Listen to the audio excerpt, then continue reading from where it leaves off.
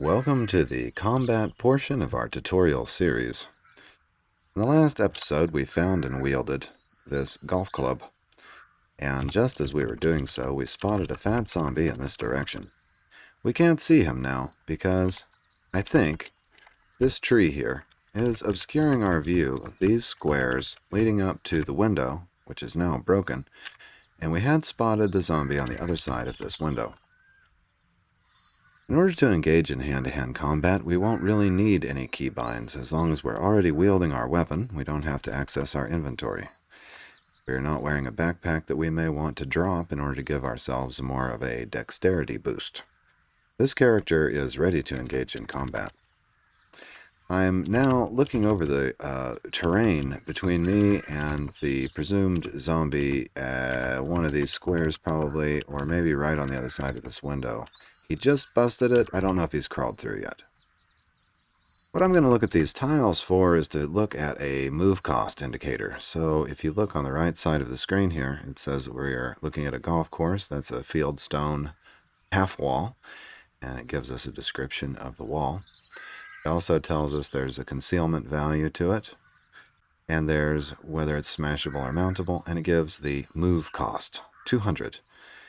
That is 2 turns to clamber over the wall.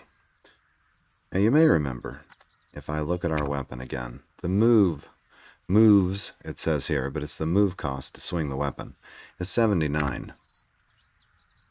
Now reckon that the move cost for going over the wall is 200. This means that we should be able to swing our golf club almost 3 times by the time a zombie is able to clamber over that wall. The same goes for us, by the way. As we go over the wall, the zombie will get probably 2 melee attacks on us if we cross that tile. I'm going to look at some of the other terrain here. Here's a shrub with a move cost of 400. It's very difficult for anyone to crawl through that dense shrub. The same with the hydrangea bush, although it's a little bit easier to slip past a young tree. 200 move cost here. We have another small shrub for 400. And more hydrangea. One of the keys to success in Cataclysm Dark Days Ahead is to use the terrain to your advantage. As I moved forward, we spotted the zombie again. He is clambering through the window. Now make note of this, that a window frame, which gives a concealment value, smash value, flame value, and a move cost value of 400. It will take the fat zombie 4 turns, roughly, depending on his own speed, and these are a little bit slower than most. It will take him roughly 4 turns to move through the window. Once through the window, he gets no move cost penalties until he reaches the half wall, which will take 2 turns to cross. And then, if he steps on the lilac bush, the rose bush, or the shrubs or hydrangeas, he'll have an additional movement penalty cost. So here's my plan. I'm going to move up to those bushes while I still have a chance. See, he's making his way across the parking lot now, and he's about to surmount the wall. I was hoping that I would get here in time to step on this high move cost shrub before he stepped on the wall, but it doesn't look like that's going to happen. I don't want to step here because it will take me 4 turns to step here, and it'll take him 2 turns to step here. This will give him the advantage of having an attack on us before we have a chance to fight back. So I'm only going to move up here, knowing that as soon as he steps on one of those bushes, he'll be slowed down tremendously. In order to attack with my melee weapon, I only have to either move in his direction, in other words, move onto the tile he occupies, or hit the tab key. Either one will work just the same. I'm going to tap the 5 key to stand here and wait for a few moments as he steps onto the bush. Now, I reckon that I should get probably 4 attacks before he is able to attack me, but I'm not going to push my luck. I'm going to attack twice for sure. Now, it tells me that I've hit him for 10 damage, and I get another swing. Now, here's where move cost gets interesting. It says you swing wildly and miss. I take that as an indication that missing probably took more than the normal 70 moves that our golf club tells us we can swing it in. Now, I don't know how many moves I've just used up. I'm going to move away. Now, he's still stuck on the bush, so it looks like we would have had ample time to attack. I'm going to move over this wall now and see if we can lure him across those shrubs. What if I move to this point here? Now I'm waiting for him to spend all of his move points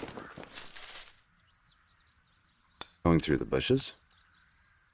Now he's choosing to take the path which requires less move cost. It's not going to cost me extra moves to move off of the wall, but this is a 250 move cost tile, so I don't want to wait until he's on top of me. I'm going to go ahead and move off the wall, and now I'll let him step onto the bush or wherever he wants to step, and there he goes. All right, we hit him for 8. We hit him for 8 more, and I think I should get another attack without fear of reprisal. There we go. We actually got a critical strike on him that time. 17 damage. If we want to see how he's doing, I can hit the X key. This is our Explore Mode key we covered in a previous episode. And highlight the zombie, and it will give us an estimate of how many HPs he has left. The 2 vertical yellow bars and 3 dots represent some of his expended health. When he began, he had 5 green upright bars. As these bars take damage, they will lean over, turn color, and fall down and become dots. What we're seeing here is that this zombie has taken over half of all his HP pool in damage. Now I want to look for my next point of departure. I'm going to move off into this grass. He's still lingering behind, stuck in the bush. That's a 400 move cost bush. I'm going to get up on the wall. He moved up, so I'm going to move away from him. There we go. Now we have spent 200 moves moving along the wall, and he has spent 400 moving on to the bush. He actually took some damage. You see he's only got 1 yellow pip left. This is because the rose bush is sharp. It says concealment 40%, smashable, sharp, and flammable. It actually will do some damage to move on to the rose bush. I think we should have time to get 1 free attack in. We did, and I'm going to move off the wall. As he gets onto the wall, we can get another free hit on him. And I think we can get 2 swings. There we go. We got another critical hit on him, and our golf club was damaged by the force of the blow. This is because the golf club is not technically a sturdy weapon. It is a flimsy weapon, and it will take more damage as it is used. Critical strikes seem to do more damage. Now, I don't really want to face him move cost for move cost, so I'm retreating and making him move along the wall, which is a high move cost environment. Every time he steps on it, we should get 2 attacks. And there we go. We killed our first zombie, and we didn't take 1 pip of damage doing it.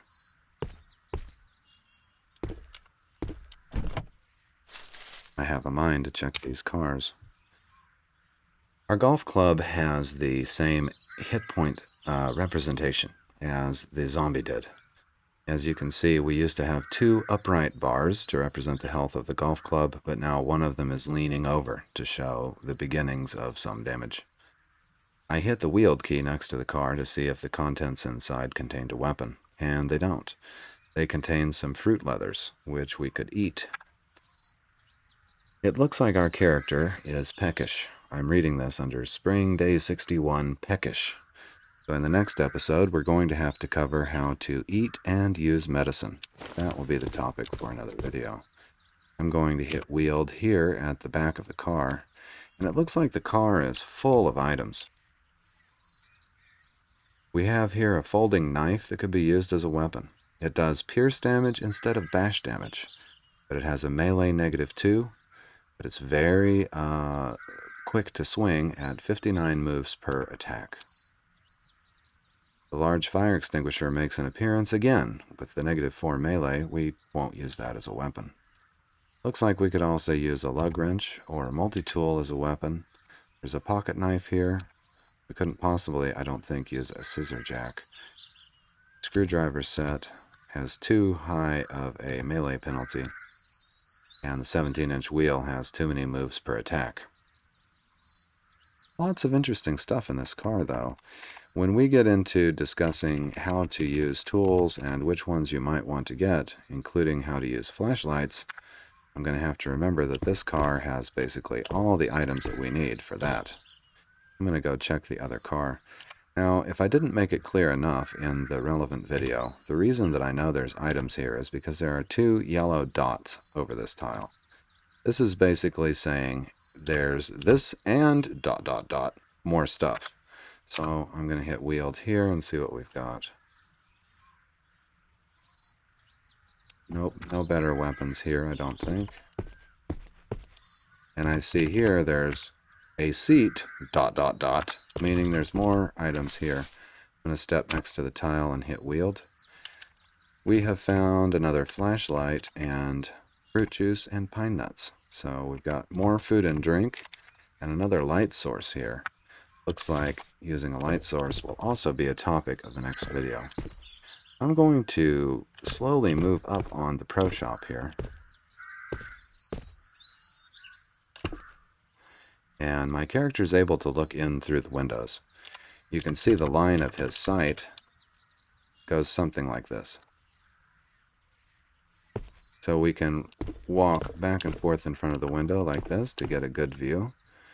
Now I'm curious what's inside, but I don't want to go inside. So as you remember from the last episode, we can hit capital V and scroll through the list of items that we can see, some of which are inside the store. Now this is going to save us a lot of pain and agony. If we don't know to use that key quite often, we might smash this window, make noise, crawl inside, and then find out that there's zombies inside. Only for no loot.